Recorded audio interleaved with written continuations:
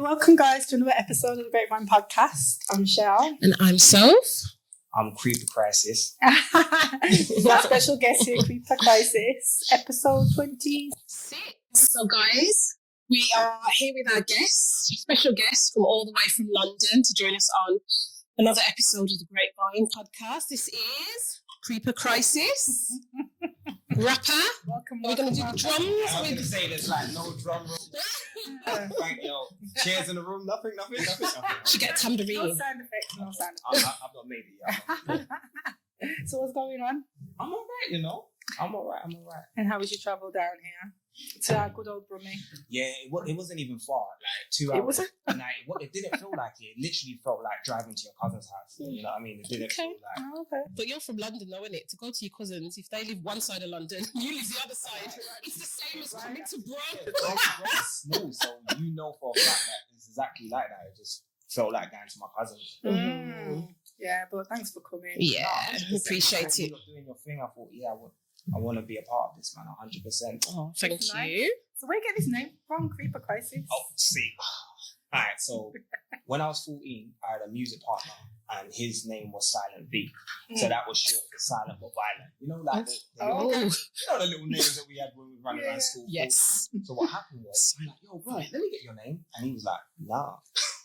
And I was like, all right, cool. Did you mean get his name? Let me have his name. Oh. You can't copy somebody's name. You know what it was? I was 14 and I heard it. You know, like, he told me and I was like, I want that name. Like, he was like, nah. So then what is, I went home.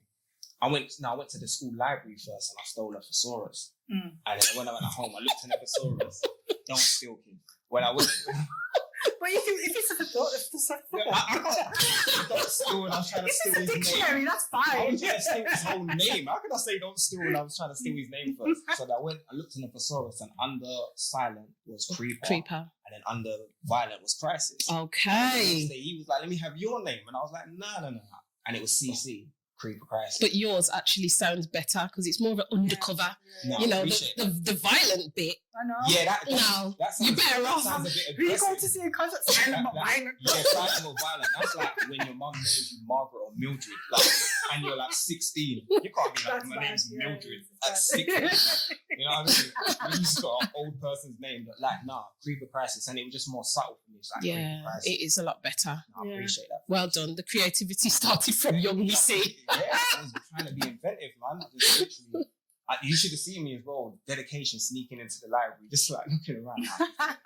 Because it wasn't like today how kids can just go on Google and just find what they want. Yeah, no. And we can tell that's how they find their names as well. Literally, yeah. You can tell some of these people, man, some of the names they come up with. But yeah, literally, when in the thesaurus, saw the silent and then violent, I was like, yeah, Creeper Crisis. Nice. Cool. So how did you get into music?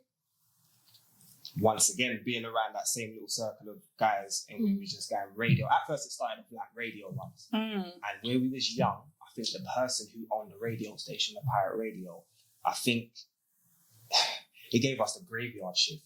So we had a Thursday, 12 to 2. I mean, I'm grateful that my mum was just like, you know what I mean? That's the graveyard. Who's listening to radio at 12 and 2, especially... You'd be surprised, you know? You'd be surprised. I think like Smooth FM and, you know what I mean? Things like that. Not like garage and friends shouting in one bedroom, you know what I mean? We was all in one little room shouting and that.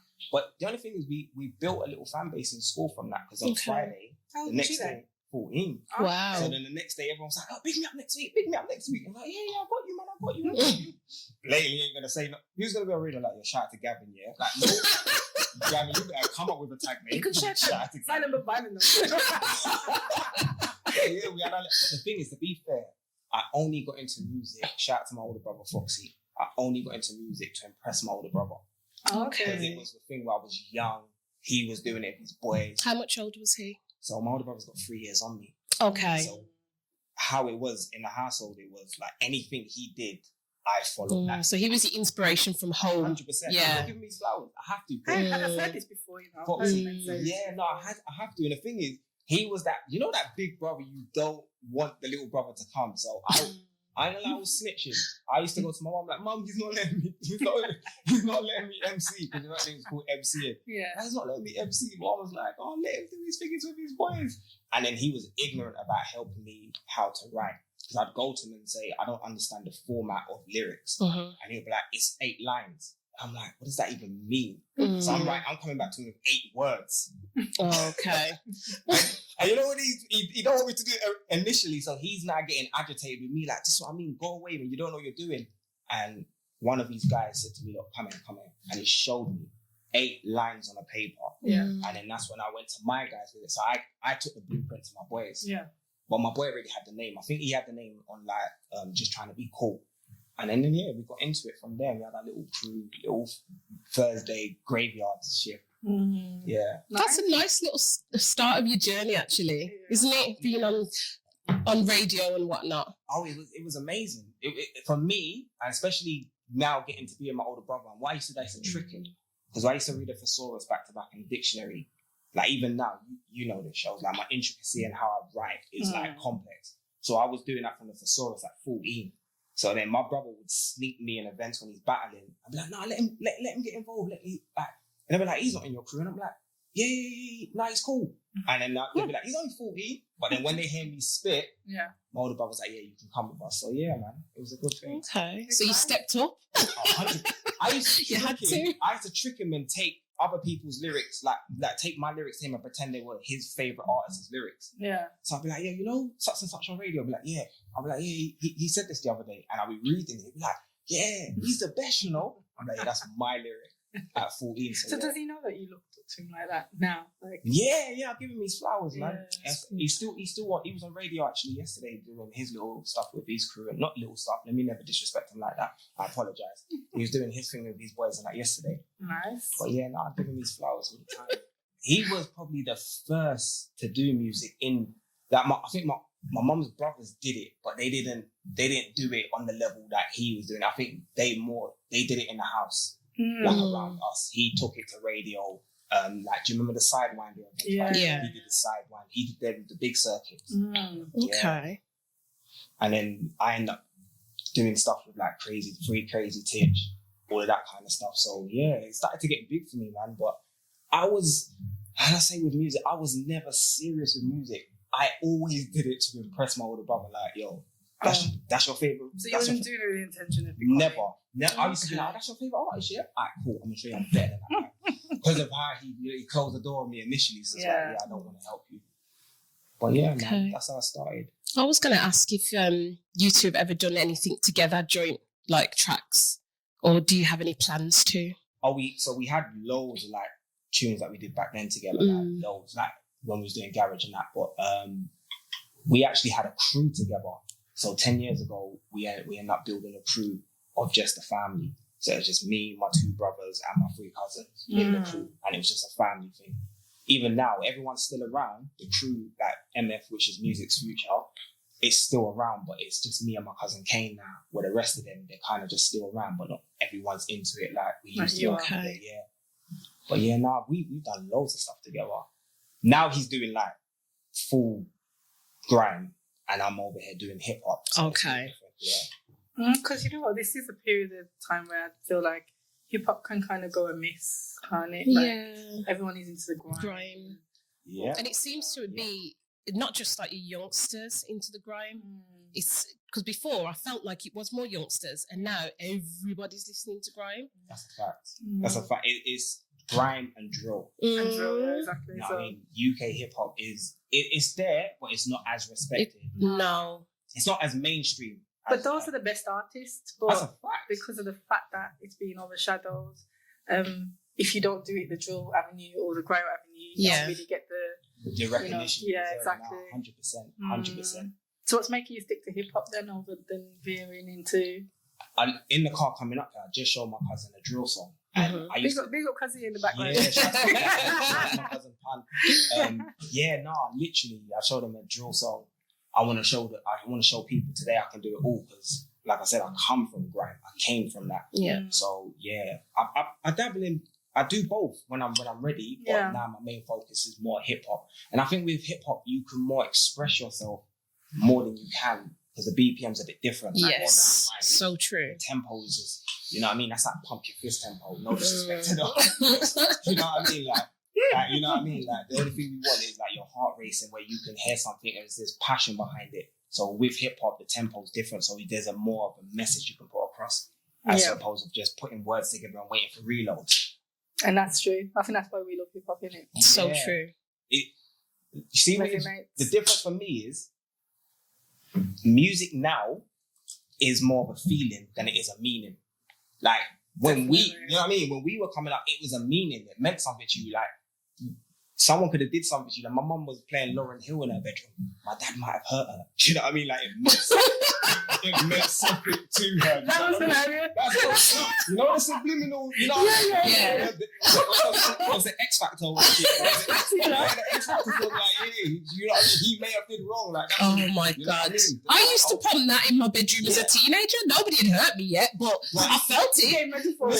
I'm preparing ourselves for future pain. Singing Beyonce "Dangerously in Love," and I didn't even understand what she was talking about, but it meant something to me. Jagged Edge, the rest of it. It was now. It's like it's a feeling over a meaning. Yeah. So how it makes you feel, and like me being an artist, I still come from the craft of, you know what I mean, painting pictures. Yeah. Mona Lisa, like these new guys, they're drawing stickmen and giving it a TikTok dance. Like there's a big difference in what no shade. Like, I'm over here like I love sitting it. down and crafting my, you know what I mean? I'm taking my craft serious, and they're literally like stickman, TikTok dance. Millions. So it's like there's no passion in what they're doing. And it's all this like, you know, I'm big on the Queen stuff and all of that. Yeah, I'm big uplifting, man. Words have meanings, man. No more B and H. I'm not feeling that, and I'm not even gonna say and get you lot demonetized, but no more B and H. Like, forget all of that. I definitely like that. It's B and Q, yeah, and not the store in London. They need to give us our letters back. And if you don't know what B and Q means, black and queen, yeah. And if you got color in you, beige and queen. And if you're white, babes and queen. Because we know white girls like to say babes.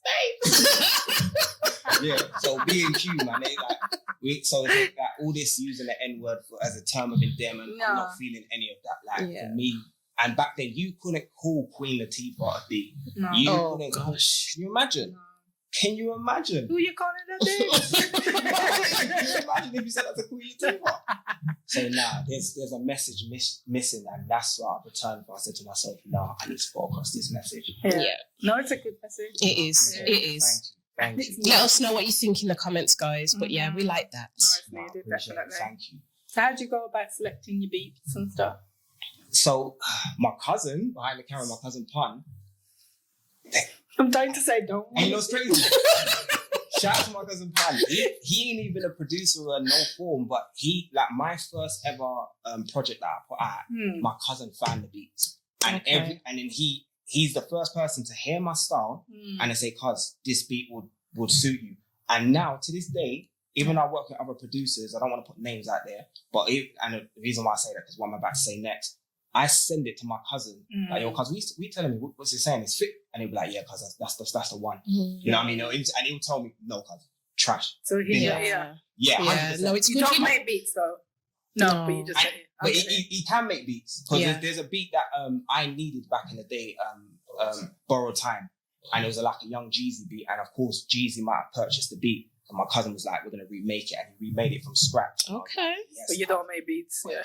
You know, you take samples from it. Yeah. Okay. Yeah, he knows what he's doing. He definitely knows what he's doing. Yeah. He knows his way around. It's all good then. No, it's good to have somebody like that because obviously you need that second ear whenever you're doing something. And someone that's honest with you. Yeah, that's true. My cousin was. Who else is going to be honest? Yeah, he wouldn't come on, he wouldn't lie to me for nothing. I think that's the way we was raised. And my mum used to always say to me, my mum's saying is, when you tell a lie, you got to remember what you said. When you tell the truth, you know what you said. Exactly. And she always. I wish a lot of men would remember that goddamn lie. Yeah, wow. Yeah, words to live by, man. Like, we was imputed with morals. Like, we was cultivated well. Like, anyone in our, even if it hurts, you know, one thing that comes from the family is pure honesty. From my sisters, to my nan, my cousins, my brothers, everyone's real. Yeah. And I think that's why I'm so transparent in my music. Because my mum said to me, don't get in that studio and make up any lies, you know. You know what I mean? Certain things, even though I mentioned my mum on certain songs, I'm calling her like, your mum? She's like, yeah. That's how it happened. That's how it happened. That's good. So yeah, my cousin won't lie to me for nothing. It's good. It's a good look. Props, cuzzy. It's a good look. So what can we expect from you then in the near future? We're halfway through the year. So alright, so I've only come back in October. Where'd you come back from? Oh, I stepped away from music. Okay. Yeah, I stepped away from music for 10 years. Oh. It was a bit too long. That was a step. Yeah, that was a leap. Yeah. You know what I mean? Like, I don't even think Neil Armstrong had a leap like that. You know what I mean? Like that was a leap. So I came back in October 2021 and I've put out Midlife Crisis Volume 2, Volume 3, Volume 4. And like I showed Shells the other day, I got another EP coming out called Music Therapy, which is people sent forward their stories and then I turn it into a song. So it's like a biopic, but a musical. You know what I mean? Like you see all these like Tupac, Biggie biopics, but I just turned it into a whole EP. And then I've got an EP coming out as well called Creeper Crisis, which I'm playing Creeper and Crisis. So imagine watching Nutty Professor and every person that Eddie's acting as is rapping to each other. Oh wow. So that's me. So I'm Creeper and Crisis because Creeper's like the more subtle side and then that's a nice concept. It is, it's different, isn't it? I'm in the car talking to myself, you know what I mean? Like, yeah. So That's different. those Very creative. I try, man. I got my own game, I showed you all of that, my own game, yeah. So it's all good, it's all good. I'm trying. So all the time that you had off, was you formulating all of this? So No, I stepped away completely from it completely. I just became Anton. Okay. A taxpayer citizen. A normal guy, right? Oh, okay. I stepped away from it. It was, for me, life got real. Yeah. Life got real. Like, my older brother, Foxy, the one I was bigging up earlier, when he got 8 years in jail. The judge was trying to get 15 years. You know what I mean? For I ain't going to speak on his case. Well, he lost case. It was a B&E. The judge tried to give him 15 years because of Jubilee Day. Something to do with the Queen. Okay. That was kind of foolishness. You know what I mean? Like, I don't understand that. The only Queen is my mum and God is my president. I don't understand. I don't know who these people rate. These things wind me up. Like Buckingham Palace has 775 rooms. And no one homeless can stay there. No. My mum had 5 rooms, 7 kids, and took in 3 strangers. No. But that's the Queen. So they tried to give my brother Enough said. Yeah, they tried to give my brother 15 years for B&E, and it wasn't even like aggravated. It was just whatever. But I want to speak on his case. It's not my story to tell. So my brother got 8 years. Yeah. And then my nan died, Granny Gwen, and then they gave him bail for that. So then what happened is, they only let him out for the funeral. So he's gone back in. And then my nephew, his son, got cancer. And he's 3 years old. Yeah, he's cancer free now. But then one of my other brothers, he went jail. Then my other brother, he was in a mental home. And then my mum, through all of the pressure and the stress, she had a heart attack. So then I'm not surprised. Yeah, That's sad. It got real. A lot going on. So then I had 3 sisters and I was like, yeah, music, that can all wait. That can all wait. But now I'm back to tell the stories of everything that you've been through. Yeah, and hopefully it can motivate someone else and help uplift them. This is it. I think anybody that goes through like any kind of a family crisis or traumatic experience, it does something to you. And if you are confident enough to share it with the world, then you're right. Yeah. It can help others. It really can. 100%. It's back to confidence.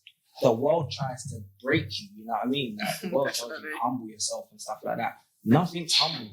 Humbling is like if you're amongst your people that you care about and then you humble yourself in that situation. You know what I mean? Humbling is not like me as an artist. How am I going to be an artist and be humble? You know what I mean? Like these big brands, box Frosties is not humble. They got a big tiger on the box. You know what I mean? Like, cuz, let me ask you a question. You like Cheetos, yeah? If Cheetos had if Cheetos the crisp had a butterfly on the packet, would you buy it? You know what I mean? Like, there's nothing humble about a big tiger with a packet. That's actually true. You know what I mean? Branding If is cheese, everything, if Cheetos had a Branding butterfly, is everything. you know what I mean? You know what I mean? You're not going to pick out a packet, and you're not going to be sneaking out in your shopping bag and trying to dip out in it. And then if someone saw that in the cupboard, like, yo, bro, why you got a butterfly in your crisp? Oh, that's for the kids, you know. That's for the lunchbox more. That's going to be the conversation. You know what I mean? So these people that tell us to be humble, they're not humble in their approach. Yeah. So for me, like, when I was going through all of that, I was like, now listen, this ain't gonna break me. You know what I mean? This is only gonna make me, and it's my job. I've signed up for this. Like, I'm a man first, you know what I mean? So yeah, it was life, man. It was life. Oh, it's good though. So, what are you gonna be doing in the future? Where can people see you? So hopefully they're gonna see me everywhere. That's definitely the plan. That's what we want. Yeah, 100%. The music, I think I've got these last 2 EPs coming out, and then I'm going to get back into my filming and directing, because I used to film and direct. So I've got 2 movies online, rented out a premiere before. Are you allowed to say the names? Can you share? Oh, yes. So the movie I had, if you go on YouTube, you type in Creeper Crisis, Music's Future, the movie would come up. Or you can type in Music's Future, the movie, and it will come up. Okay. And then the other one I got, it got flagged, was Everybody Hates Crisis. I had a play on words with Everybody Hates Chris. Yeah. So I played on words Everybody Hates Crisis. And that, humbly speaking, was probably the first independent budget movie to come out on YouTube. And the reason why I know that to be a fact, because years ago, YouTube only had a thing where they allowed you to upload for 10 minutes. You wasn't allowed to go past 10 minutes. Yeah. But I had someone behind the scenes who got my whole movie on there for an hour. So I knew any other movie that probably was on there. Yeah. Certain people, shout out to my guy Blitzy, man. Shout out to Blitzy. That's my guy. I've got to give him a shout out. I got to give him a shout out. Big time. You know, his stuff is on the legal side. Okay. He pulls some strings behind the scenes. He was like, what? 10 minutes? He was like, no, this movie's an hour. And he made cell phone calls. He made it happen. But what happened is, I think because of copyrights, the song Cry with Jay-Z, because it was a hip hop role.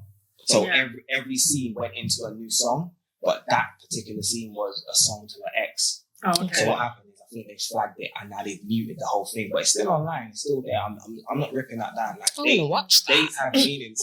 You might watch it in. You know, I have to put subtitles, you know. I have to put subtitles. You're getting it great, but these people can't stop the shine. Like, you know what I mean? The song price is like, yo, it's muted now. So yeah, I put out. So those 2 movies are out, and I did a series that I directed. It's called Fast Life. It's on Grime Daily. So if you go on Grime Daily's YouTube channel, it's called Fast Life, and I directed it. Cool. So you've done quite a lot then. I think it's safe to say that we've got lots to look forward to from our creeper. 100%. And I'm only warming up. My cousin will tell you, my cousin has archived everything of mine. I've got like 9 movies on his phone, books. I've got a book about more than music. There's a book, Domestic Silence, coming out. Because I've got someone on Spotify. Your wordplay is mad, you know. Everything.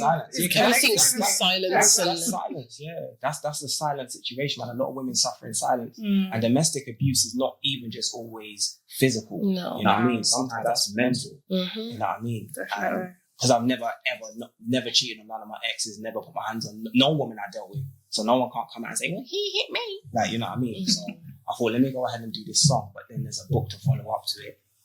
And then hopefully, if I get certain things signed off, a theatre play. Oh, wow. Yeah. So, that's actually a good goal. Yeah. 100%. I've done everything but theatre. Like, even my game, like, to this day, it blows my mind that I've got a game online. Like, sometimes I get shot. My cousin still holds the highest score. Who could know it? And the game is easy, though. You even play the game with like, you can actually play it because you've got Android phone. It's free on Android. Hey. Oh. That's why you're playing it. Even I can play it. Even me with my Android phone. You got no time for that. I can't even play my own game, you know? I can't even play my own game, but nah, it's where it is. Someone contacted me about it. Some guy from China. It's like, I'm a big supporter of your music. I want to do something. I just thought, this was like 2013. So I definitely thought he was waffling. And he was like, I want to make you a game. So then I thought, a game? Fun fact, Soulja Boy had a game before you. We definitely got to put that out there. My 2013. I was about the Breakfast Club, so I think he had these 2015 or 16. Yeah. Yeah, mine. Yeah. So then the guy was like, if you send me certain poses, I'll be able to. So he had me in the crib voguing. Like, you know what I mean? I was in the crib voguing, like, dude. And I was like, creasing to myself, thinking, this guy better make this game, you know, like. So yeah, he made it, man. He came through, and it's still there, man. That's good. That's a good look at it. I think I'm going to download that too. Well, you can. Yeah. Creeper Crisis jump on stage. Oh yes, I'm going to download that. I think I might just 968 or something. I'll let my daughter play it later. Yeah, we've been playing that from since 2013 when it came out. You know what? My brother is one of them people that once he puts his mind to something, he gets it done. So yeah, he was just like, what? And people get like 20 and 5. And I'm like, how are you losing so early into the game? But what the guy did and actually waiting for it, it was my first Midlife Crisis Volume 1. Yeah. He took the EP and he told me, pick up the best 5 songs. And then while you're playing the game, you're jumping over the mixtape and it's playing my song. Oh. So yeah, when you die, it changes the song. Oh, that's really good. And that was someone from China. I've never met this person in my life. Yeah. That's a good look. There really was a fan. think they could make a game of us? Yeah. Listen, I have to find somehow. them on Facebook. And if they do, it's going on iPhone and not flipping your Samsung. It should be available on everything for everybody. I think when you keep it real, That's true. Everyone loves you for that, man. People love you for that, man. I even want to get into crazy supporters. I hate saying the word fan. You know what I mean? Not, unless you're Beyonce and Michael Jackson, you can't say you have fans. You know what I mean? That's when people fan out over you with the whole meaning of fanatic. Yeah. You got supporters, people supporting you on your journey. So I've met some wild supporters. Yeah. Nice. Yeah. It's important to have. It is. It's important to have your supporters there because they kind of like keep you going, don't they, throughout 100%. Everything. And I suppose when you had your break as well, I bet there was a lot of people saying, get back into it. It's part of the reason why I had to move out east on top of my mum saying, you go. Because I was running into people and I was like, why are you letting these other guys win? And you're just like, why did you stop? And it become too much. Like, I couldn't go nowhere in east and not be noticed.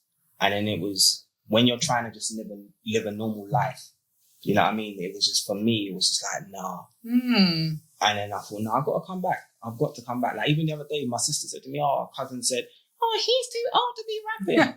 You was too young to have a baby. You know what I mean? Like, what's wrong with you?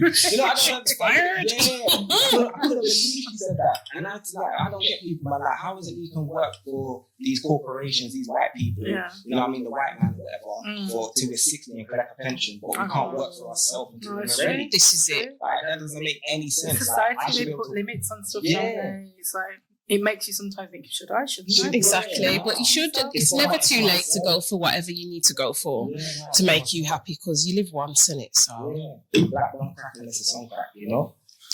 There you go. You know what I mean? So when you still look, you know what I mean, younger than these so-called younger rappers. Yeah. It's true though. Yeah. I'm not even gonna lie, these young people, I don't know what's going on. We had this conversation the other day. It's just like you are aging like wine. Thank you. They are aging like blue top. So guys, you know we like to give you a little bit of a topic of the week. So this week we're going to talk about mental health. I'm going to touch on it a little bit, especially mental health in men, more so black men. Yeah, we're just being very specific with everything. Today. But yeah, we just wanted to touch on mental health, and obviously we got Mr. Creeper Crisis in the house. Yeah. That, you know, we can just run through, you know, some of the main bits and, you know, just personal things for ourselves as well. We did touch on mental health in one of our episodes. We did a while back. Last year we did, and we spoke about. I think there was one. Don't know if you remember the boy Richard that got his body was found last year. Do you remember? In the forest. And they found him. Forest. Up in forest. And he went missing. He went missing, and then found him in the forest. Yeah, it was. So we spoke about it then as well a little bit because he was struggling at uni and stuff, and I think he found it too much, and he went missing, and then they found his body not long after that. Yeah, mental health is real, man. It really is. And I think people disregard, like, it's dismissive to call someone crazy. I think that's like the most dismissive thing you can call anyone. Because then it disregards any point they have, anything they say is invalid. You know what I mean? It's anything they speak on, the subject matter is void. It's the most disrespectful thing you can call someone, knowing that life impacts everyone differently. Yeah. Do you know what I mean? It does. I'm not going to say who in particular because it's their story to tell and it's not mine. But I have a brother who's mentally ill who I had to visit in a mental home. He's out now. I said that earlier. I have my nan's mentally ill. My cousins are mentally ill. And it's real, man. Like my brother I'm speaking on. So you can see to the left, that little line there. Yeah. Yeah, my brother stabbed me in my face. Oh. You know what I mean? And this is before we knew what the situation was. Do you know what I mean? Like my older brother stabbed me in my leg. You know what I mean? So I know that sounds wild. I'm saying it on camera that my brother's stabbed me, but was he ill, mentally ill, and then you didn't know? It was like kind of undiagnosed at the time? At the time, yeah.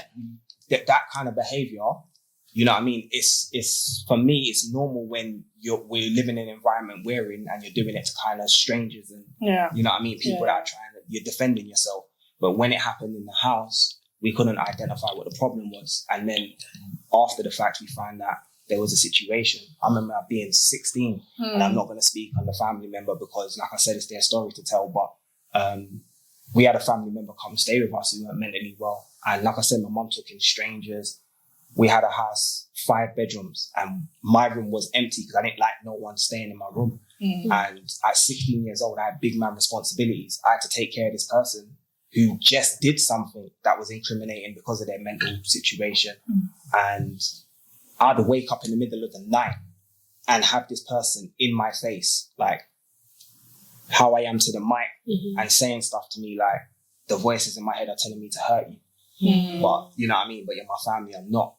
And imagine at 16 hearing stuff like that. Yeah. And to have to deal with that, you don't really know what to do and how to act. I couldn't even process it myself. You can't process it, exactly. I grew up in the times before, like, we're from the era with the internet and without the internet. Exactly. So there was no, let me go on Google and see what the pattern of behavior, what's the pattern of this behavior. So for me, I'm going to my mum like, Mum, and my mum's like, yeah, he ain't gonna hurt you, that's family.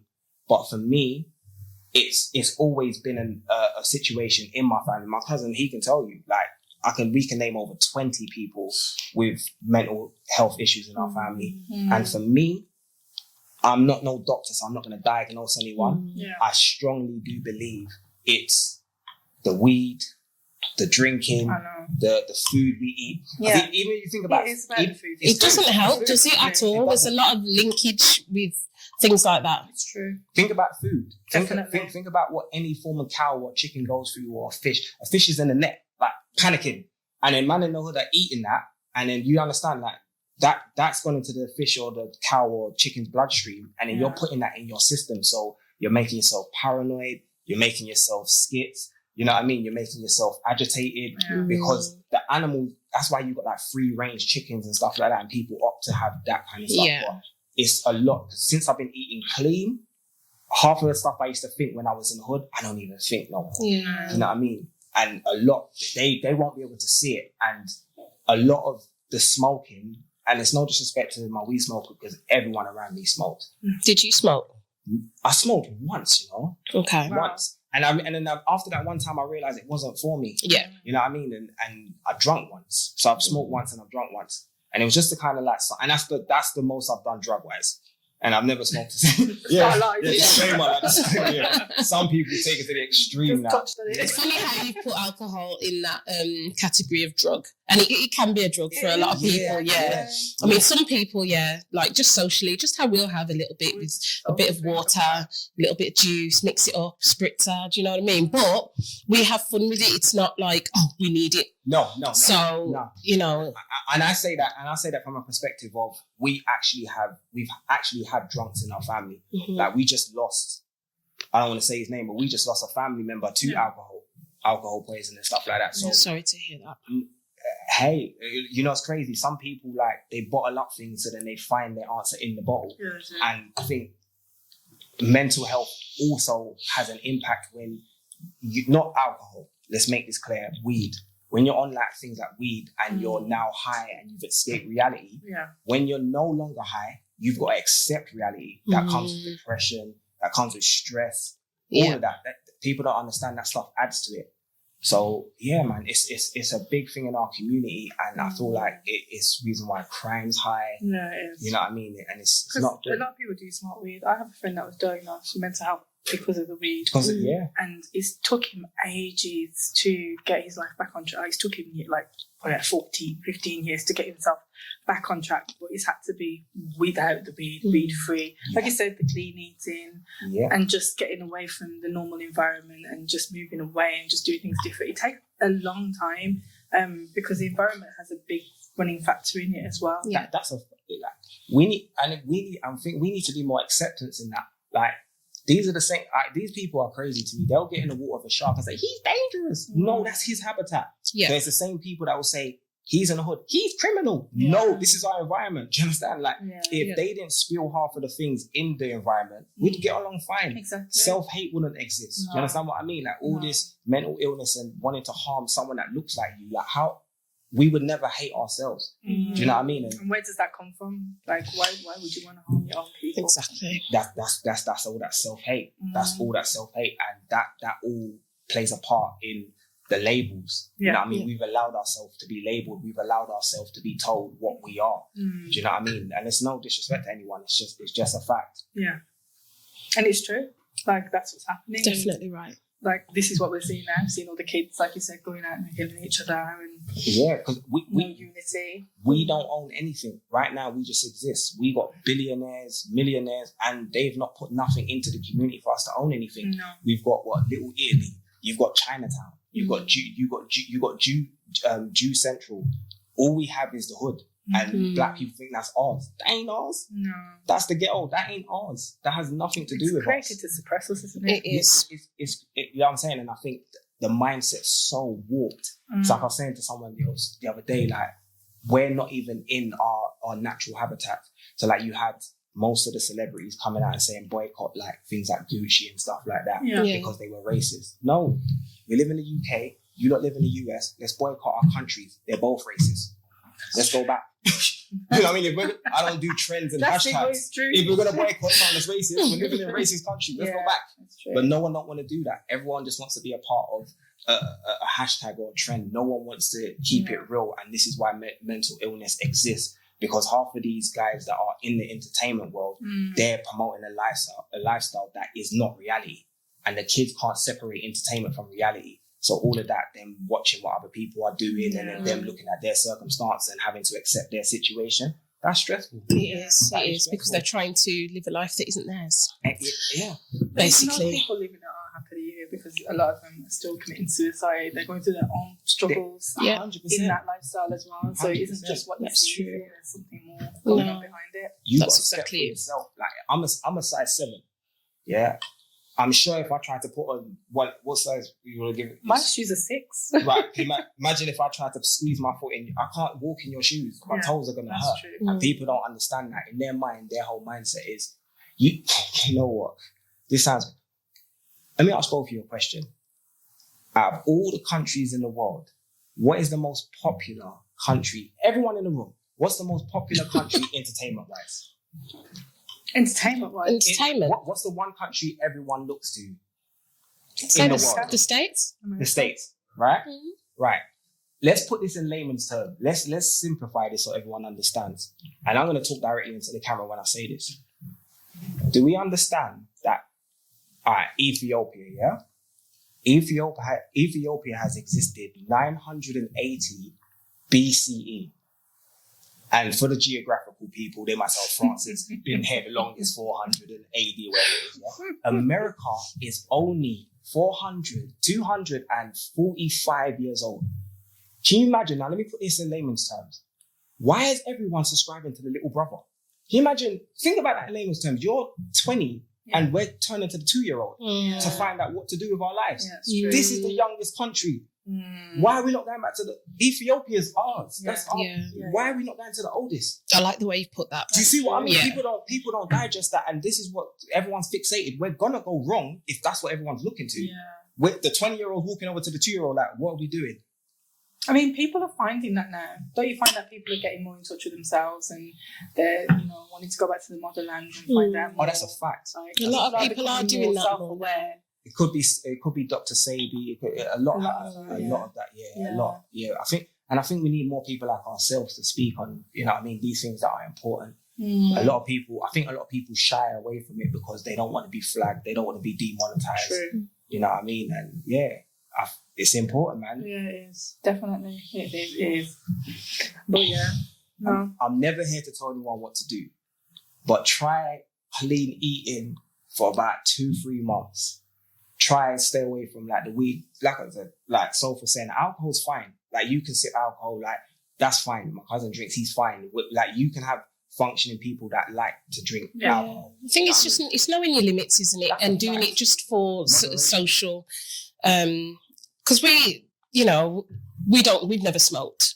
So that's not, we can't really relate to that in terms of like the weed smoking and the cigarette smoking and the mental health. We can't necessarily relate to it personally, but we've seen other people go through it. And I think that is definitely a big factor. But with the drink, again, like you said, it's dangerous. It can be dangerous. You've just got to moderation. 100%. Moderate with it. 100%. Because even if you Google the most drugs that people die from, I think cigarettes and alcohol is like 1 and 2. Yeah. I think cigarette and alcohol. I think weed is not even on the top 10. No, to be fair. it's more the mental thing. It's mental, It's yeah. not killing people per se. It's not killing people. It's affecting their mentality. I actually read this week, the government are trying to do a lot to just ban cigarettes completely now. Like I read, was it yesterday? I read that they are trying to get rid of cigarettes in council houses. You can't smoke in council. Have you heard that? I read it yesterday. You won't be able to smoke if you own a council house in your house. I don't know how they're going to monitor that. And then they're talking about trying to put the legal age up for purchasing cigarettes as well.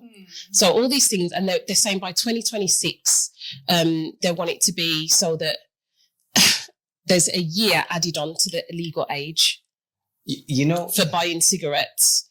So by the time, you'd be at 50. You know what I mean? Well, this is it. So I feel like the government are trying to do something to try and like stop people from, because nicotine's a drug as well. Like, no, it's. I mean, we talk about weed, but the cigarette smoking, it's addictive. It's addictive. So they're trying to do all of that. Yeah, that's probably even worse. It's worse. But this government's wild, man. It's like that whole, like I was saying, Boris is telling everyone, keep your mask on. Like, you know what I mean? Because Corona, like, AIDS exists. No one kept condom on. You know what I mean? Like, Like, how are you going to tell everyone, keep a mask on? Like, AIDS exists. No one kept condoms on. You know what I mean? So for me, that whole smoking thing, what was always weird to me? You was legal to buy cigarettes, but illegal to vote. How can you be legal to destroy yourself, but you know what I mean? Illegal to vote for a better in your future. And this is what I said, the whole system is put together backwards. It's just messed up, isn't it? It is. It is. Like, who's listening to that? He looks like a supply teacher. We would have just mushed paper and just threw it in the back of his head. You know what I mean? We weren't listening to him. You know what I mean? Like, how can a man that don't comb his hair comb through crime? Yeah. Do you know what I mean? I've said it all I'm not listening to that. Like for me, leaders were strong. I mean, I looked to my mum as a leader. I looked to my nan as a leader. I looked to my cousin as a leader. You know what I mean? I looked to real strong figures as leaders. Like you can't be up there and you can't string together a sentence, or you're jittery or you're stuttering all over the place and want anyone to listen to you. But that's who the people voted, Yep. This is your king. This is your king. With any luck, they'll be changed soon. Hopefully, man. Hopefully. I don't want to get you lot demonetized on your podcast. No, it'll be all right. It's fine. Come for me. This guy. It's fine. I'll leave the building now. It's got a headshot. It'll be that quick. I was going to say, other than, your cleaning team and things like that, you say that kind of like combats, keeps that all the bad things away from your mindset. Yeah. What else would you say helps you, other than music, of course? What are your coping strategies and things like that? It's crazy. I sometimes on my TV, like you got apps on YouTube where you can play like 8 hours of the ocean just playing. Yeah. And meditation. It calms your spirit. Yeah. And praying. Mm. Praying. People disregard praying. Like, They do, you know. Yeah, they do.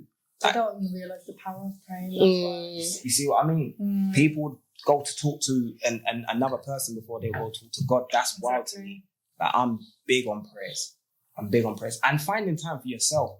A lot of people, you grew up in a household with siblings, you went to school with friends, you went to college with friends, then you chill with friends outside of school. No one has time to find themselves. No, You know what I mean? Or then you have kids and then they're taking up your time. Do you know what I mean? So for me, one of the best things that's happened for me, I've got no kids, you know what I mean? I just sit to myself sometimes and I just take in who I am. Yeah. You know what I mean? And that's why I couldn't get into school and that, like learning about other people. I don't know about them. I don't know who I am. I don't care about him. Wasn't there Christopher Columbus? Who is this guy? I don't know about me. Who is Anton? You know what I mean? And now I get to figure out who Anton is. And I think that's one of the biggest problems with people today, though. I don't think they really know themselves. They don't. Take that time out. And we've said this so many times on the pod, haven't we? You ask the person, really what do you important. like? And they start stuttering. Like, I don't. Because everyone's so fixated on what the other person likes. What they're seeing around them, like you said, they're just not really in touch with themselves at all until something really happens where they have to recognise, oh my God, you know, I need to change certain things in my life. And it's only when that happens that they start to look into like self-care and stuff like that. Yeah, but that's otherwise, true. It's like something drastic has to happen in their life I agree. before they make changes or do any kind of reflection. And we need to stop attaching ourselves to stuff that has nothing to do with us. Like if someone I personally don't know, something happens to them, I'm going to sympathize and grieve for the family, but I'm not going to make it a part of my day now, where now this has affected me and I don't know that person. Do you understand what I mean? And I think a lot of people, they take on these responsibilities like it's something to do with them. True. You know what I mean? And that hinders a lot of people. I've seen it. I've seen people stress and lose their mind over another person's situation. And I'm like, that has nothing to do with you. No. Do you know what I mean? And it's not being selfish, No. but sometimes the stress is not, you don't need that stress. It's not your stress. It's not your stress, man. No. It's not. So yeah, man, I think eating clean, definitely, I wouldn't even say meditating, just praying, listening to, you got like ocean playing in the background. Sometimes I put on the birds chirping. Yeah, just. You know, I listened to that kind of stuff when I was pregnant. Seriously? Yeah, both my pregnancies. And they say that like, was it like, quiet, was it sound or whatever it was? The white noise and stuff like that. Yeah. It actually helps, man. People don't understand that calms your spirit. Yeah. You know what I mean? And skipping, as weird as it sounds. I love skipping. Yeah. But exercise is a form of therapy, isn't it? It was a bit random the way you just went from meditation to skipping. I know. Yeah, that's my go-to thing. That's my go-to. No, I like skipping. Yeah. For the adrenaline. 100%. I mean, you know, everyone thinks, to this day in the gym, everyone's like, yo, go champ. I'm like, yeah, my fight's next week. I ain't got no fight, you know. I'm not a boxer or nothing. I'm just going with it. It's like, yeah. Sometimes I come in and laugh, say, you know, I won, you know. Knocked him out. Second round. Like, they're like, oh, okay, champ. You wait until they start asking you for tickets. You know what I mean? Like, yo, can I get a ticket? You know what I mean? But literally, because you, it's very rare you see someone skipping. So when they see me skipping, they're like, yo, go champ. Go on. People bang on the glass sometimes, like, yeah, keep bang. I'm like, yeah. Because in the gym, remember, everyone's go-to cardio was like treadmill, you know what I mean, or the rowing machine. That's true. I used to take my skipping rope to the gym, but only if I was doing a late night one. Because I can just skip it in peace without people watching, because everything's jiggling. And so I tend to just do it on my patio. Yeah, when you know crazy, you said jiggling, then I thought you said patio, but you said patio. Yeah, I skip on my patio. Patio, this is a patio. I always find that I always do my walking. I always feel like walking is a good one. It's just to get away. Like the walking instead of skipping? I will skip if I have to skip. Yeah, I'll do the gym, but I like to do the walking separate off the gym because of the fact that it just gives me a chance to clear my mind. Clear your head. You can think. And just clear my mind. I think better when you walk. I like a bit of everything. Like, well, I've cut my gym membership anyway a long time ago, but since then, like Michelle said, walk with music. Little bits of stuff, jumping jacks and skipping on the patio and all of that. But No more gym. For me, No. it's just my skipping. I'm so into my skipping. Like, that's my thing. And it sounds weird, and I don't want to give away the blueprint, but I rap whilst I'm skipping. Okay. So when I'd have to hit those big stages one day, hopefully, my breath control will be on point. Yeah, that's actually a good way of doing it. Yeah, to be honest, practicing the breathing. Because skipping does take your breath away, to be honest. Wait a minute. So if you're rapping while you're skipping, jeez. And I'm doing it for 30 minutes. So I'm skipping. No, not 30 minutes through, but I only allow myself 10-second breaks. So once the rope catches my leg or something, or, you know what I mean? I do 150 at a time. Or 150? So you do it like that in parts, yeah. Now, skipping is the one, man. It's the way forward. Definitely clears my mind. Leaving the rope alone, I ain't touching no damn rope. And you know what's crazy as well? And staying away from people. That's important. Staying away from people. True. You know something? I'm not even going to lie. Michelle knows what I'm talking about. But no, this week I've had a testing week. I'm not even going to lie to you. Like, Michelle's laughing. No, It hasn't been a bad week, but it was a test. But I have been tested by a particular individual. I shall not name names. It's their story to tell. That's your line. Let me spit my No. Yeah, high PhD. No, I shall not name names. No, but you know, when something kind of like makes you reflect, you get a piece of news and you're like, oh, okay. You go through every single emotion in the book that there is, and then you have to do this big reflection thing. I know what you mean. I've done assess the situation and do a bit of reflection and just have a really good thing. And you know what? I cried, I got angry, I had every single emotion, but then I went to my special thinking place the following day. I prayed for this person hard, and I felt better. And I prayed and I cried. And I felt better, honest to God, like... Because in the moment, she was like, I'm going to go do this. I'm like, no. Just sit down and chill. Just relax, man. See, that option there was the better option. Yeah. But I actually said this in the last podcast. It's not about you, it's about them. Do you know what I mean? And they need to do a lot of... people affect your day. You know, when people have got their own things going on, you can't let people affect your life because they've got their things going on and they've just decided to project it on me. Yeah, so what you did was the best option. Best thing. It was hard because I did feel like, why am I being involved in something that has got nothing to do with me, really? And it was really difficult to kind of like accept. And part of me still does feel a little bit like upset about it. Yeah. But I know that I'm not going to be able to help this person. Like, she needs to help herself and, you know, get that professional help really as well. Yeah. Some of us are qualified to help everyone. Yeah, I mean, I'm still kind of thinking about how I'm going to go about working this out. Right. But at the same time, I'm feeling like God will work it out.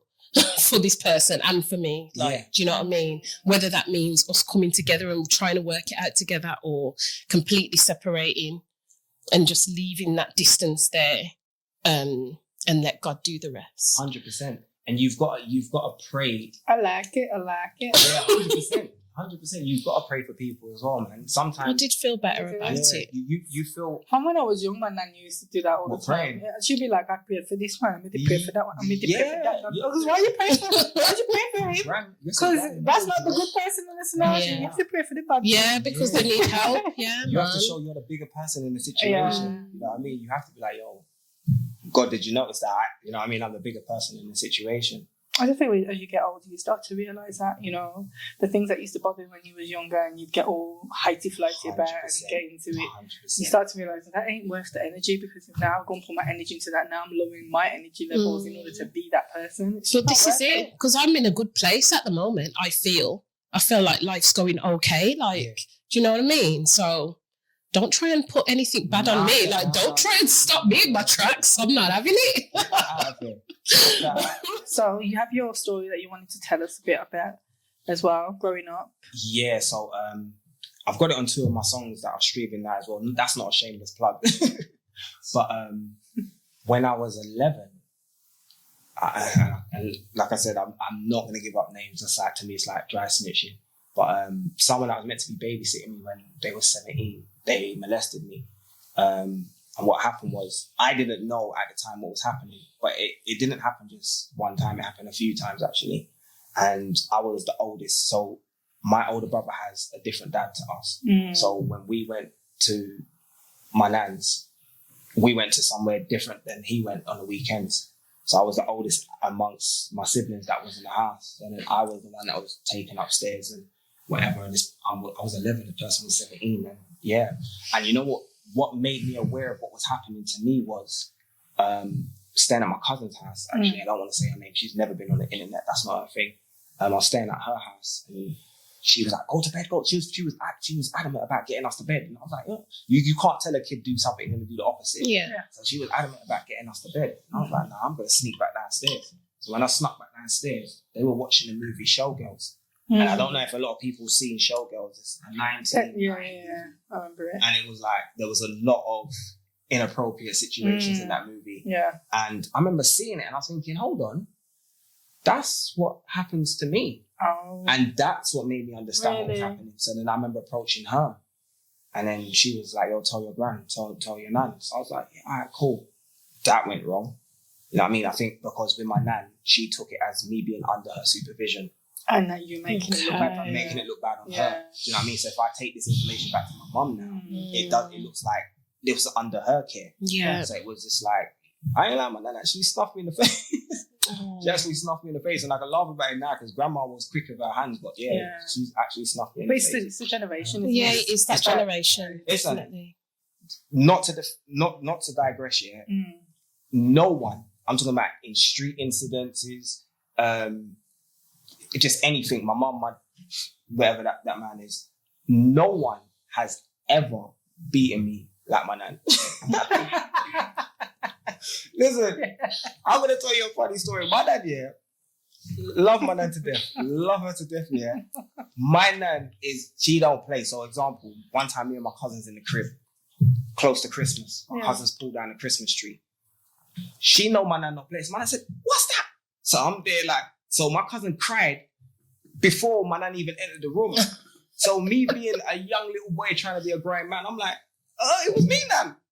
She said, "Please tell me, Lord, why I did that." So my cousin's crying now. She's like, "Is that true?" So my cousin's like, "Yeah." My cousin's laughing. He knows.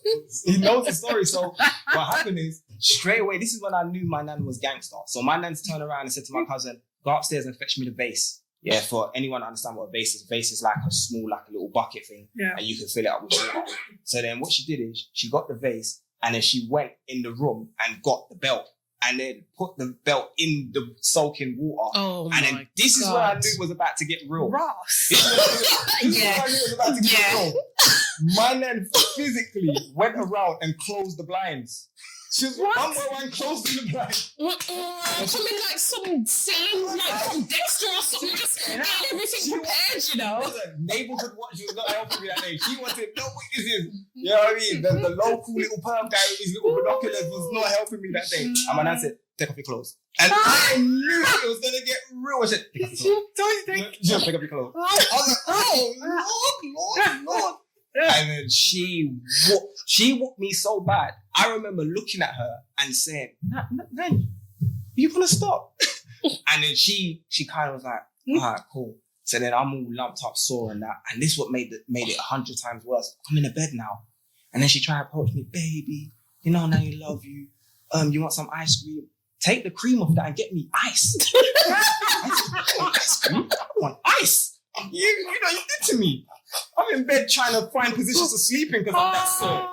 Certain parts of my body is so sore. I'm just like, I don't get after all the things that she did, that process, like how she was still that angry to hit you in that way. Is hilarious. You know, it's my nan. Her thing was me whooping, because one time when she used to take us back to Antigua. I'm Antiguan and Guyanese. So she used to take us back to Antigua, and then one time she whooped me so bad, the police turned up. I think the neighbors called the police. But she said to the police, "I am beating him, so he behaves himself. So when he leaves the house, you lot don't." And I remember the officer saying, "That's a good it actually makes sense. You know, right. It makes sense." Continue. So so when I told her about the molestation, getting back, you know what I mean, going back to the story, she just snuffed me in my face. She just told me. But what happened is, she knew I wasn't lying when we went back to Antigua, and she put me in my own room, and then this individual tried to sneak in the room. Really? So then now I'm aware of what the situation is. I'm screaming like, yo, girl, all of that extra stuff. And she could see your reaction. And then she's come running the room. Because remember, this person had no business being in my room. So then she's come in the room and caught the person like taking down their drawers and all of that stuff. And then, yeah, she, but the thing with my nan, I think, no disrespect to her, I think just because I was under her supervision, she kind of still gave me the look like, I know I believe you, but because it's hold this down. Yeah, hold this down. Like, you know what I mean? So I didn't ever tell my mum. I didn't ever tell my mum, and that's why on one of my songs I said, I know she found out, I know she wowed out to find out what the girl did. No, she found out at the same time the rest of the world did. And my mum heard it in the song.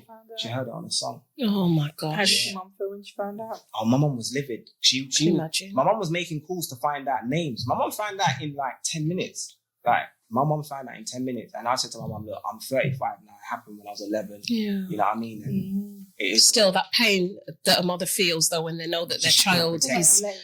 Yeah. And one thing I give my mum, she's got 7 of us, and she is a trooper. Like, my mum, my mum never gave us nothing in life. We had to work. Like, I couldn't be crying. My mum would take my bottle, put it on the other side of the room, crawl to it. Because in her mind, nothing will come to you because you're crying. Do you know what I mean? And that's how she was. And her thing was, Teletubbies, you know what? Turn that off. Put them in society. See that guy came? Okay. No, man, it was real. Because in her mind, it was like that Tinky Winky La La Dipsy is not outside. This is your reality. This is your reality. To be fair, this is reality. I get where you're coming from, but the way you put that is just... Yeah, that's how my mum did it. She was like, turn that off. I don't want to hear Dipsy, Tinky, Winky, La La. Yo. You know what I mean? And as a kid, you're into that because everyone else is. I never let my kids watch that. I was watching Men in Society at 9 years old. Is terrible. Seeing blood come out of Kane's mouth and just like, Mum, is he really dead? To be fair, I think I was about 11 or 12 when I first watched that. Men in Society. That's still my favourite movie. It's an amazing film. That is still my favourite. I wanted to... So listen, I've never ever looked at any other man and thought, I want to be like that. But for me, Kane was like, he had the money, he had the girls. He weren't a punk. You know what I mean? He was no one disrespecting him. You know what I mean? True. He was a solid guy. You know what I mean? That's true. So yeah, for me, that's how my mum was. She was militant, and like she always says to us, I was raising boys, and the boys come before the girls. R.I.P. my older sister. I always got to put her in any conversation because she was a part of us. But yeah, my mum had 4 of us boys first, and then the 3 girls. So she was very hands-on, very militant. Yeah, you know what I mean. You have to be tough raising boys. 100%. We didn't get love, hugs. We didn't get any of that. But it made me realize that, all right, cool. It allowed me to be stronger. Do you think so? I know it sounds weird, but... No, but I feel like it's kind of true for a lot of Caribbean families. Like, they're very different. Yeah, they're not. No. I tried to hug my nan one time. She elbowed me in my throat. I will never forget that. She was sitting down and I come behind her. What? I'd like to meet your dad. Listen, there's about 20 footballs in my nan's front garden because the boys are scared to come and collect it. Like, they've gone over and they've never come back. In the front garden? No, not even in the back. You know when like and they'll say to me, yo, Creep, I bet you get the ball, bro. I'm like, what colour's your ball? I'm like, I'm just going to throw the ball back over. They were scared, yeah. My nan's like the Debo of that area. She's the Debo in a great Astro. Yeah. Oh my gosh. I've been in the car sleeping with my nan and I've heard her, what? I bosh your head tonight, you know what I did? And I'm just like, bro, what's going on? Waking up out of my sleep and grandma's got the stereo look, getting out of the car ready to fight. And I'm like, okay. So yeah, I grew up from like strong foundation of women. But yes, my situation with that, a lot of people need to speak out on certain situations. Yeah. It's gonna sound hard for me to say. Mine was a woman, so I think it's a bit more easier to have the conversation. For some people, it might be the same sex and they might feel more uncomfortable to have that conversation. I know what you mean. Which I totally understand. Yeah. You know what I mean? Like, but it happens a lot though. It does. I feel like 100%. a lot of, if it was a man, wouldn't speak about it a lot because of the embarrassment and just the way they feel. So I feel like it's just good to talk about it regardlessly. And if anyone has that, forthcomingness to actually speak about it, it's a good thing because they're always helping somebody. Definitely. Yeah, my mum raised me on truth. She used to always tell me, anything you're embarrassed of, you ain't got no business doing. And that was her. So she used to always tell me, even in my music, that's why I'm so transparent. You would not catch a lie in my music. Yeah. Minus the criminal stuff. They all lies. They all lies. I'm a taxpaying citizen. You know what? Did you know? The situation. I'm going to be honest with you. I've never told anyone this. Before I was 25, I didn't value myself sexually. So I didn't value myself when I gave myself to other people. And what I've learned after 25, and a lot of people don't speak on this, sex to me is more than catching a disease in a clinic pissing peppers. It's more than having a baby. It's an exchange of spirits. You know what I mean? Mm-hmm.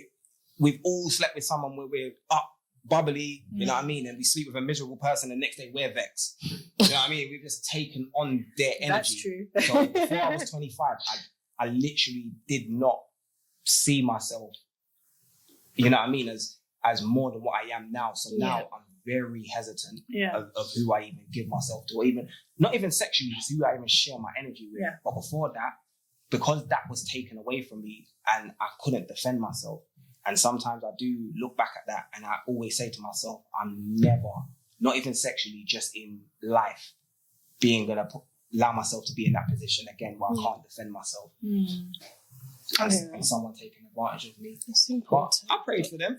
I pray for them. I pray for them. God is good. Yeah, I feel of like course. that's what people should take away from this episode. Is the Praying. praying. Definitely Yeah. praying. People need to start believing in God, man. Like, I don't know how they believe in all these presidents and prime ministers and queens and governments and they don't believe in God. You know what I mean? The sun has never... You ever heard the sun saying, no, I don't even feel like coming out today, you know? The sun just always shining, the moon's always up in the sky, the wind don't stop blowing, the ocean don't stop flowing. Like, all of these things, the clouds don't stop moving. That's God.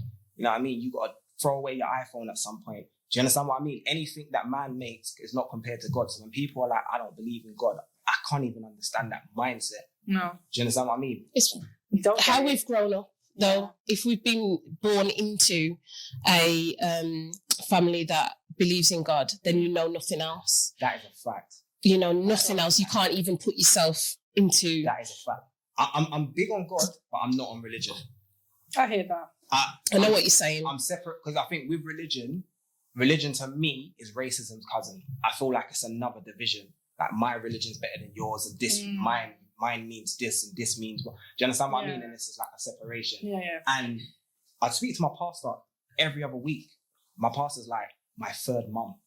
You know what I mean? We speak every other week. But for me, she knows why I don't attend the physical church. Yeah. Because there's a lot of things that she can't give me the answers to. I don't think no one can. Yeah. You know what I mean? Like, so I think, and she respects that. Yeah, she respects that. As long as you have your God in your life, it doesn't matter how. Exactly. You know what I mean? You don't have to go to church all the time. 100%. Put it like this. Think about it. We're going to church to pass our message through someone else. Imagine, Shells, you're standing in the pub. I want to talk to you, but I send my boy over. Yeah. You going to give me any form of respect? Not really. Right. So imagine this. Now we're passing someone else to talk to God. He's going to be looking like, that nigga can come to me himself. You know what I mean? He's going to feel disrespected about the situation. Well, to be fair, you can't wait till 11 o'clock on a Sunday to talk to God. Do you know what I mean? You talk to God when you feel like you need to. When you feel like it, you call up, you got a problem in your house or you got a problem in your phone and you call O2, they're going to put you on hold. God's not putting you on hold. Yeah, you know, exactly. You can get through to him anytime. You're right. So yeah, you got to really, really use that to your advantage. Praying. It's true. I think it shows you a lot as well, but people sometimes miss a lot of what God's trying to show them because they're not really listening to the signs. So you can miss signs when you're not a spiritual person at all. Well, you're just or not if you listening, don't, you're not in tune with yourself. If you're not listening to what's going on around you and what you need in your life, there's a lot of signs, and He does really try to show us our direction. But some people just really don't actually act on it at all. Ignorance. It's ignorance, man. Some people are so ignorant. Or they're just not ready to kind of like start. Receive it. Yeah, you're right. So until they kind of do, the guidance is a bit different for them. Yeah. I feel like. But it's hard. I think it's hard. It just depends on where you are in your journey. In your life, 100%. Like, you can never, I hate when people compare man to God. Like you even just think of that, like, let's put in this perspective, yeah? Water. Mm-hmm. God gave it to us for free. Man puts it in a bottle and sells it back to us. The sun, where it stays in the sky, it gives us heat. We don't get charged for it. leave your heater on the whole day and see the bill you get through your front door. Oh, yeah. You get me? You turn a fan on all night and see the bill, but the wind don't stop blowing for free. How are you going to compare man to that? Man just needs to breathe, that's why. Man puts a price on anything. Anything. True. So, like, for me, pray to God, believe in him. Yeah. He exists. You'd be ignorant to think that you're a creator, you're inventive, but then the person that created all of this is not, you know what I mean? He doesn't exist. So yeah, I'm big on God, just not really on religion.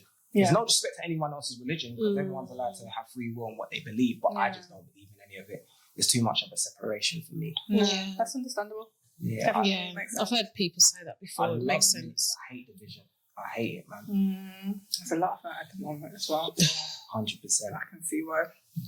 So from that point of view, for all you've gone through, do you feel like it's affected your mental health in any way? You know what? It's so crazy, yeah? My boys always say this to me, and my cousin can co-sign this. I'm probably one of the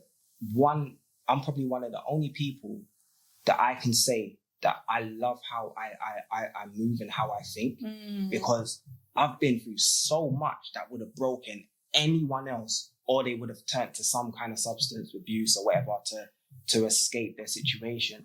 And I've kind of I think my outlet is music, you know? Yeah, so music's been like my therapy. So yeah, if I didn't have the music, I'd be lost, because there's a lot of things that I get to vent in my music. And yeah, without music, I think I'd have a different path, and it probably will affect me a bit more if I didn't have the music and get to express it. Yeah. And it affects me now sometimes, because it's gonna sound wild doing how I'm speak. Like, I don't allow women to hold the back of my neck, like during intercourse. Like if I'm in a missionary position, not to get vivid or into details, but I don't allow women to hold the back of my neck. Like, I literally fight through it, like, get off me, please. And it sounds weird, but no, it doesn't sound weird. It's I can't. Something that you can't shake. I can't. That's one thing. And it doesn't affect me now, like sexually or whatever, but it's just that one situation where if I'm being restricted, I'm just not interested. I'm just like, no, stop. And you know. Do you explain to them though, like, or do you feel maybe not to? No, yes, you know it is. I think because I've now put it in my song, I feel more comfortable having the conversation. I think before my song, it was like a select few who kind of knew about the situation. Yeah, so certain women I did deal with, I didn't tell all of them. Yeah. You know what I mean? So yeah, it was a selected few that would have got the conversation. Like Sophie said, I think it's really brave of you to speak about it, because I think, like you said, when it's the same sex, it might be looked at as worse. And it probably is more worse for the person. For the individual. For the individual. But abuse. Abuse. Do you know what I mean? And the fact that you're speaking about it is a really good thing, because at the end of the day, like, it always helps somebody. 100%. Somebody could be out there thinking, well, that happened to me, but they're 100%. Brushing it off like it's nothing. It doesn't and affect even them. if they're our age group and they're thinking about something that happened years ago, they could be watching this or what have you and thinking, you know what, I need to tell someone, even though it happened so many years ago. This guy's done the same thing. It took him so long to speak up, but he feels better about it now. We enter people's lives with so much that's happened to us. So some of our relationships go wrong. Some of the people we deal with goes wrong. But we don't, because you haven't spoken about it. And you know that you don't always know that that's why that relationship went wrong. That is a fact. But it's because you're dealing with demons. 100%. You know, it's 100%. Like demons that you haven't like sorted out in yourself yet. Goes back to the self-care and having taken your time out, doing you. Focusing on you. Exactly. One thing I never understood is how people can relationship hop. So for me, love is a drug. So you need to detox from that. You can't find healing in someone else. That's a really good way of definitely. You got to think, if you're an alcoholic, you got to go AA meetings. If you're a crackhead, you got to go rehab. Love is a drug. You need to detox from that shit before you go and put your burdens on someone else and think they're going to fix your problems. It's not the mechanic. They're not going to slide underneath your car and change, give your oil change and help you. Like, you know what I mean? And then it's selfish to, you know what I mean? You know what it's like? It's like working in McDonald's and then KFC hire you, you're still standing in KFC with a McDonald's shirt, talking about I once was there. No one wants to hear that. You know what I mean? Confusing the customers. Yeah. Like, so you can't enter someone else's new relationship like, oh, my ex did this. If you even mention your ex, you are not healed. No. You're not healed. You've got to remove yourself from that situation. True. Respect that. Hold on, I need to rebuild myself, because it takes a lot. Sharing a bed with someone is a lot. Yeah. You want to eat, he's not hungry. You want to sleep, he's wide awake. Yeah. You want to poo, he wants to use the toilet first. Like, a lot goes into a relationship. It's compromise. And now you got to include him. Yeah. You got to include him. I want to eat, but they're coming home from work. Are you hungry? Because I'm starving, but how long are you going to be? Like, people understand that's important. That when you share life with someone, it's scary. Yeah. You know what I mean? Because all we're grown into doing is sharing life with our siblings and family. Yeah. And then we give ourselves to someone else. Mm-hmm. Yeah. So I would honestly say anyone that's been through any form of molestation, whatever, even if you're not in a comfortable position to come and express yourself like I've done on a podcast, on a platform, or on a song, you know what I mean, that's streaming, express yourself to someone. Yeah. Someone. Even if it's God. Let's go back to God. Even if it's God. Pray. It's true. It is important, because it's good to share and just get it off your chest. Mm-hmm. Just to know that it's, 100%. That you're actually not wrong for any of it. People just don't understand sometimes. They think that they've done something wrong, or it's their fault, or they deserved it, or they put the burdens on themselves, and they don't realise because they're not sharing it, not talking about it. Yeah, when my nan snuffed me, I did think I did something wrong. I did. At 11. You would, definitely. You know what I mean? I felt like I brought shame to her. Yeah. At 11. I did. Not at 11. I didn't think that at 11. I was, you know what I mean? My mind was just like, I'm in pain. You know what I mean? But now I'm older, it's like, yeah, I did think that. But don't feel like that. Don't feel like that. And people's heard it on my song, and I will never put these people's information out there, but people have DM'd me quietly, like, that's happened to me. You know what I mean? And this person, there you go. Person, yeah. It is so common. Thank you. Oh, thank you. That's all right. Yeah. That's all right. That's all right, man. That's all right. Very brave of you. It is, definitely. That's all right, man. We're going to try and move on. Yeah. To lighten the mood. Yeah, let's lighten it up. Lighten the mood a little bit. Yeah, we're going to move on to a music segment that we always do. I feel like we haven't done one for a minute. Have we? Have we not? Oh, Did no. we didn't do one on the last episode, that's why. The rappers turned up, yeah? No. To be honest, it's something we did every single episode. Okay, right. But no, we didn't. We skipped it on the last episode. All right. Yeah, so, we did skip it. So we're going to do what we normally do, but obviously we've got a guest today. We're going to let him choose some of his favourite hip-hop tunes. I'm a DJ now. Promoting, my first one is Benny the Butcher, Thank God I Made It.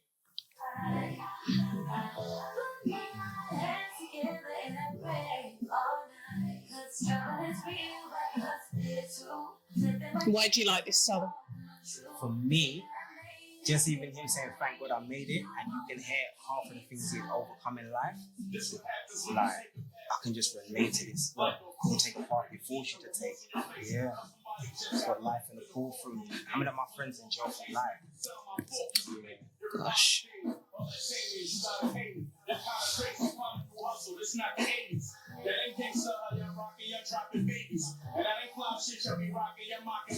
Right. Another one of your wordplay. I love intricate writers. Hold up, just today I swear I feel the spirit. My tune. Grown music. Oh, honestly. Grown music. Here we go. Sorry. Needs no introduction. Not at all. Common the light.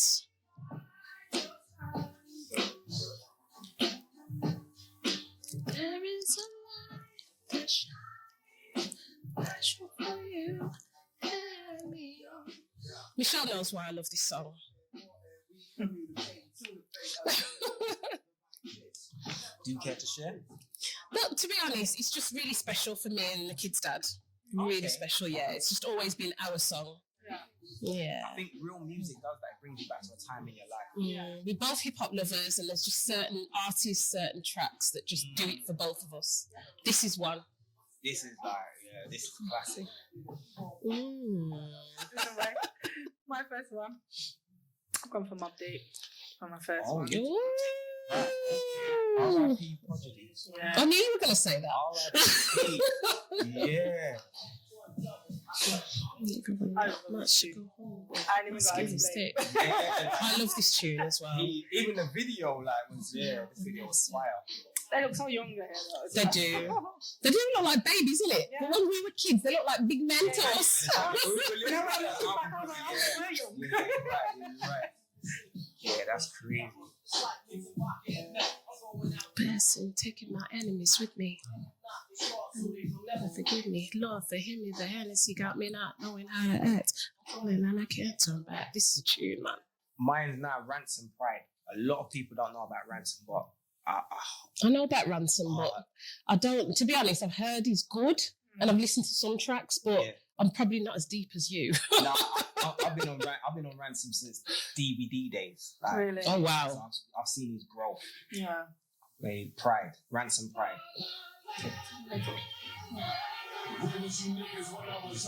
It's hard to be peaceful and simple in spite of hunger. Before you make a bad call, nigga, don't gotta know. I'm trying to be the adult I needed when I was younger. So my mom used I forget for being absent. Remember when my friends made fun of her cause of accent. Never understood the importance of what a dad meant. Cause mama never spent them couple checks for you. Next one. Okay. I've gone for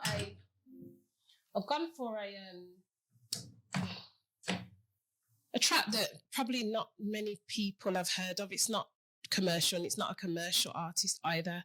It's an artist by the name of Legacy. I don't know if you've heard Legacy. No. It's a really old song, but I've gone for this for a few different reasons. One, tunes that I listened to when I was pregnant with my firstborn always stand out to me. Yeah. I don't know what it is, sentimental. Michelle's going to laugh now because you're so sentimental. Oh yes, I am. It's so sensitive. Like every time his birthday's coming around, I start listening to tracks that I used to listen to when I was pregnant with him, and it's just weird, but yeah. So this came out like 2005, so yeah, so that was when I was pregnant with him, and I listened to this album a lot. But this song also made me, it kind of reminded me of like losing my pops. And it was just one of those ones, because he's talking about people he's lost. So it was just, thank you. So it's just one of those ones where it was, sentimental for a couple of different reasons. But thank you. But this is a Legacy, Broken Heart, Deceit.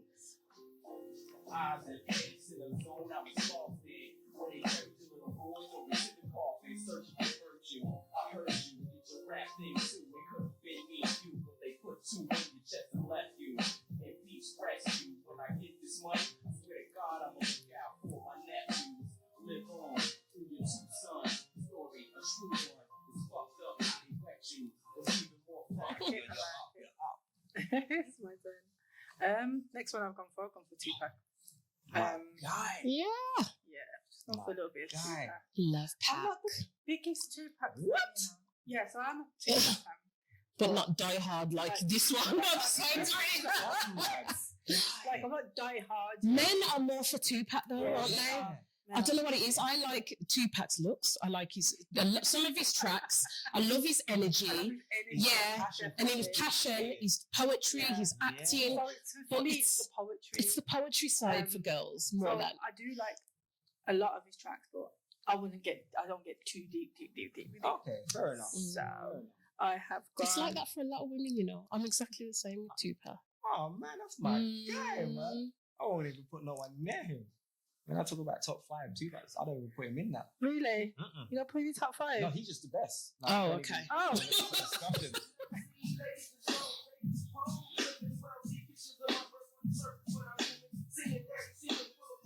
I just think Tupac was just very good poetically expressing certain things. And I feel like this song always seems to play at a time when I feel a bit low or feel a bit like...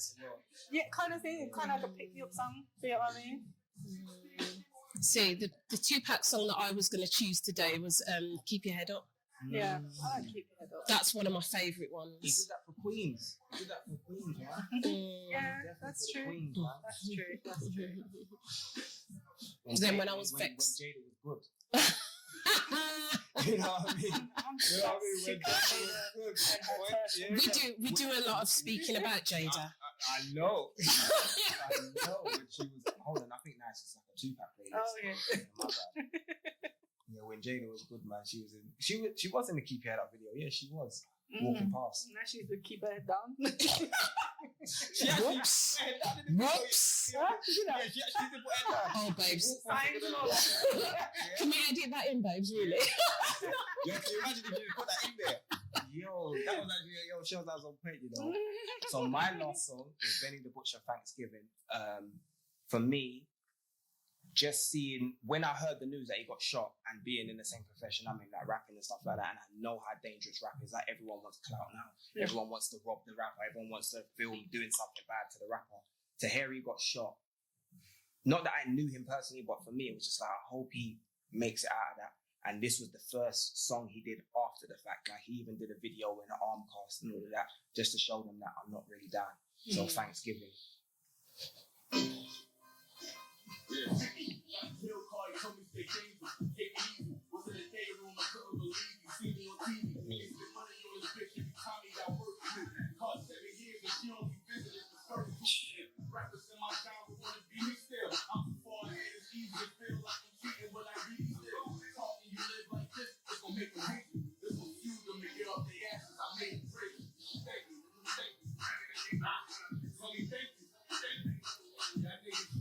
This one,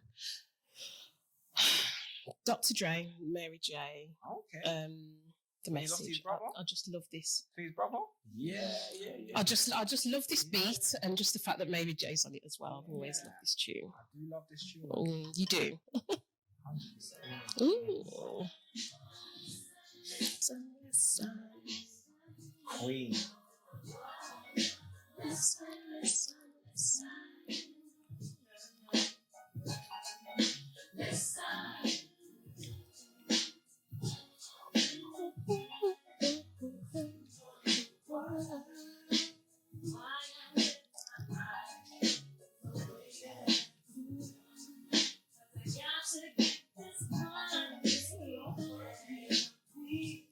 The 90s era, you lot could co-sign it. The kids of today don't know. In the 90s era, every movie had that blowing up scene where the actors just walking and the bombs going off behind them.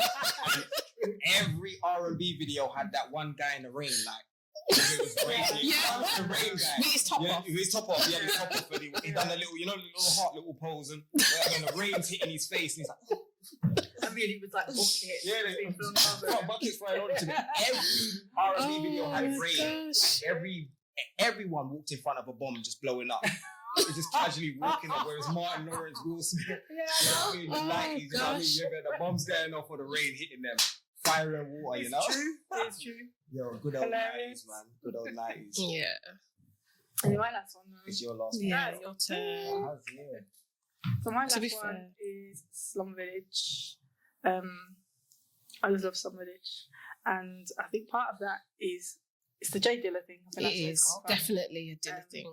We love Dilla. Then to Slum on their own, I don't know, I always listen to them. I feel like when I'm going through something, I always go, that's like my go-to. Because I feel like they're the ladies rappers. Even though they're men, they do rap for the ladies. Like I feel like I can listen to them. So it's just like the old school Drake. Ish, yeah. Now I came aboard. You stop screaming. Now the rain is pouring. I'm deep exploring. My beats is knocking. She riding the beat. Keeping the pocket. 3, 2, 1. I'm saying I can't deny that. Sure what? Fuck God. Fuck God.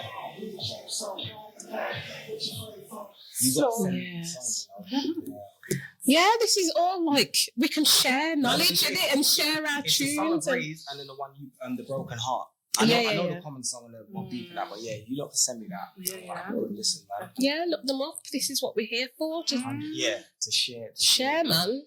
And on that note, Y'all need to join us every Tuesday. Yes! Till 8 on our radio show, Hot92.net. You're not going to hear any of this because, as Wiley always says, we can't swear. So no explicit language. So we're playing clean versions of everything, but we still play good tunes though. Okay, guys, so we're going to hit you with the quote of the week. Okay, because we've been talking about mental health, decided to just go with one that kind of fits in with what we've been discussing today. So it's about mental health. Mental health is not a destination, but a process. It's about how you drive, not where you're going. Yeah, that's true. Short and sweet, man. I just hope that somebody took something away from today's show. Yes, please do. I hope you go add Creeper Crisis here, man of knowledge. Yes, it's been absolutely amazing having you on. Switch it up, innit? I told you, definitely switch. No, it's been really, really good to have you on and just to hear where you come from, your journey with your music, your journey with everything else that you've been battling throughout your life. So yeah, well done and keep going. And thanks for having me on. Of course. That's important. This is what the platform's here for. I just don't want to get you lot demonetized, so I'm just mindful. You ain't gonna do that. Yeah, No, my bad. You know everyone's like sensitive now, so I just Not us, not yet. No, I appreciate that, man, 100%. And everyone subscribe, share, put in the algorithms. So everyone, Thank you. Definitely. And we'll catch you soon. Yes. Take care, guys.